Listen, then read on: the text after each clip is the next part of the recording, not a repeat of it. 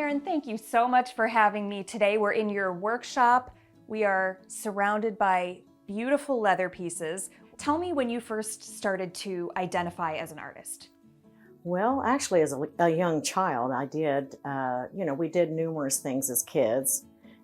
Being raised on a farm, we had to find, things to occupy us. But yeah, I was always crafting something, just a variety of things, baskets, and I've just dipped my hands in quite a bit of stuff. But I think I found my true passion when it comes to the handbags.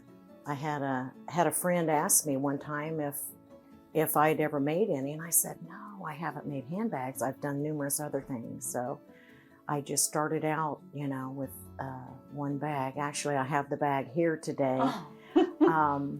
But I used a pattern that I purchased at the store, and I went to the Goodwill store and bought a wool jacket. So I brought it home and I felted it, which, you soak it and then you put it in the dryer so it kind of shrinks up. Mm-hmm. And that's where it exploded. I mean, I just had people keep asking, wanting me to make them a bag. So I thought, well, maybe I'm onto something here. Yeah. And, and it was just all fabric. So then I, ventured into the leather, which that's a little more challenging. You can't make as many mistakes. So it must have been clear to you from the beginning that you needed a creative outlet, that was that using your hands and, Right. and making beauty for the world Right. was important to you. Yeah. So you said it wasn't until you made that first bag that you really felt like, oh, Yeah. this is it. Yeah. So what then got you into working with leather, which, as you mentioned, is a lot less forgiving? It sure is, yeah. And it's a lot more of a process to handle, hand-wise, your machines and things like that. You need more of an industrial machine to run through some of the leathers. But there again, a friend asked me when I was making the fabric and the canvas bags, they're like, well, can you do leather? And I said, well, there's a thought. So it, one bag just led into another, and then, I buy, hides, and, Yeah. you try to make numerous things out of them. So So tell me a little bit about the process, because I'm envisioning Mhm. a large hide. Yeah. So you look at that, and do you immediately know what it's going to be? Is it going to be lots of different things? Pretty much, yeah. Okay. Yeah. 90% of the time, I'm just creating it myself, trying to design what I want, or I stem off of an idea that, you see in a magazine, or someone will request something, or they'll want, the height to be so many inches and Yeah. so deep. So there, would be the custom work that I would do for that. But most of the time, I try to stick with my patterns that I've come up with or that I'm using. That way, I know what I'm doing. It kind of speeds the process up when I'm trying to do multiple. Sure. Um, Okay, so you have a pattern, most of which you have created. mhm. What happens next? I mean, do you? It can't be like sewing where you're pinning. Can you pin? No, I Okay. use clips. I have Okay. clips Okay. that kind of clips the leather to keep it in place to when you're stitching. But if you don't do that, you glue. There's Oh. leather glue that you can use Okay. to just put a little bit on the side and then you stitch it up. So Wow. Okay. I'm Yeah. looking around, and there are so many different shapes and sizes, and as you Mhm. mentioned, wallets and bracelets. there's a great deal of process with the zip around wallet. Yes. There is just multiple steps of putting those together between, doing the card pockets and the slots inside, and then, the outside and the zipper. And Yeah. it takes hours to do the wallets. Yeah. There's a lot of waste with the leather. Mm. A lot of waste. You wouldn't think, but then you try to incorporate it, in other items and stuff, like keychains or small wallets and things like that. Yeah. And then, you can do smaller totes or earrings, to help. But I do have multiple boxes of just spare leather, Yeah. Okay. So some of the colored leather, the stamping. I don't know if that's what it's called. Tooling, yeah. Tooling. Yeah, the Okay. tooling, So tell me about that. yeah, that's a whole different process. The tool bags they're made with the veg tan. It's called a vegetable tanned leather. So it is a raw leather. It's like just a raw, it's like your skin color. Yeah.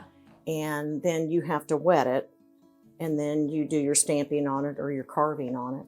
And then once you get that done, then you'll do your staining and so forth, and then you'll finish the bag out. But you make this sound easy, and yeah. I just even the idea of taking a hide and starting to work with it seems very intimidating to me. Yeah. Was it initially intimidating, or because you were such a craftsman, did you feel like, no big deal? Yeah.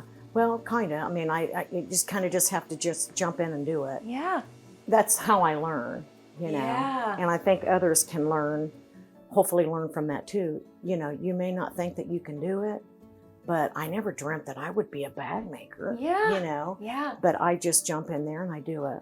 But the tooled bags are a hard leather. They're not like, some of the other bags that are a soft leather. So it just takes I wouldn't say a special person that would want them, but someone that, would be interested in that type of a bag. Because it'd be more like a saddle bag. Yeah. That's what I call them, as a saddle bag. Mm-hmm. But they're a hard leather. But they do soften over time, within years. But they'll last a lifetime, and maybe 2 or 3 lifetimes. Yeah. Wow. Yeah. So a legacy. Yes. Now tell me about the most challenging aspect of making these bags. You mentioned that the zippered wallets are tough, Yes. but is there a point in the process that's always like, oh, here comes the hard part? Well, I would say the zip around wallets. Okay. Yeah. Those, like I said, those are the most challenging, and they do take the most time to get them completed. Now, you can buy embossed leather, which I've done with several of the wallets that, and it's nice working with that. Yeah. But there again, you have to do a process around the outer edge of the leather to skive it down to make it thin enough to where you can fold it and stitch it properly. So there's a process in it. Yeah. Okay, let's talk about the name of your business, Ioti Bag. Mm-hmm. Tell me where the name comes from.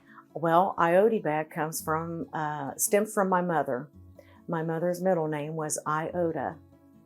And so I took the I off of Iota and put it in front and made it Odie. Mm-hmm. So her 6 brothers nicknamed her Odie when she was little. And so that's kind of where it went. I thought, to acknowledge my mom.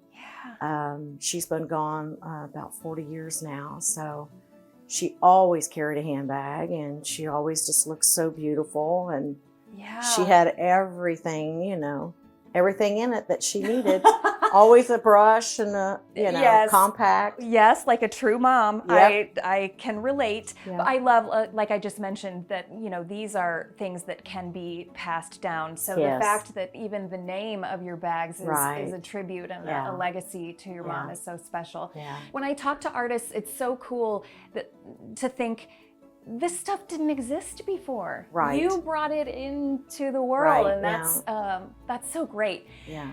What is the best part of creating for you? I think the best part of creating, I'm going to be leaving a legacy for my grandkids. Yeah.